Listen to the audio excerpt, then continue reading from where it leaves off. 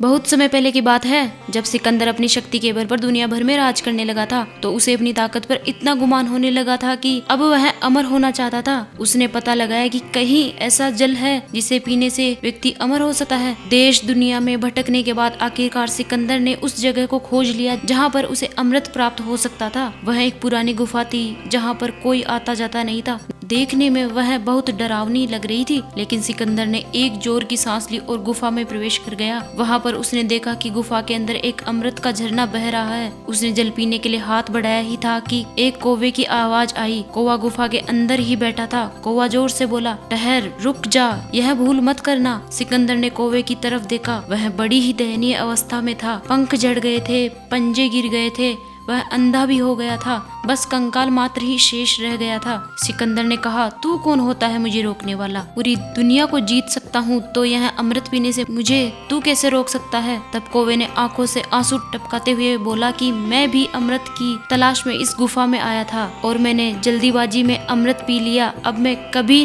मर नहीं सकता, पर अब मैं मरना चाहता हूँ लेकिन मर नहीं सकता। देख लो मेरी हालत। कौवे की बात सुनकर सिकंदर देर तक सोचता रहा। सोचने के बाद फिर बिना अमृत पिए ही चुपचाप गुफा से बाहर वापस लौट आया। सिकंदर समझ चुका था कि जीवन का आनंद उस समय तक ही रहता है जब तक हम उस आनंद को भोगने की स्थिति में होते हैं। जीवन में हमेशा खुश रहना चाहिए। हमें कभी भी खुश रहने के लिए बड़ी सफलता या समय का इंतजार नहीं करना चाहिए, क्योंकि समय के साथ हम बूढ़े होते जाते हैं और फिर अपने जीवन का असली आनंद नहीं उठा पाते।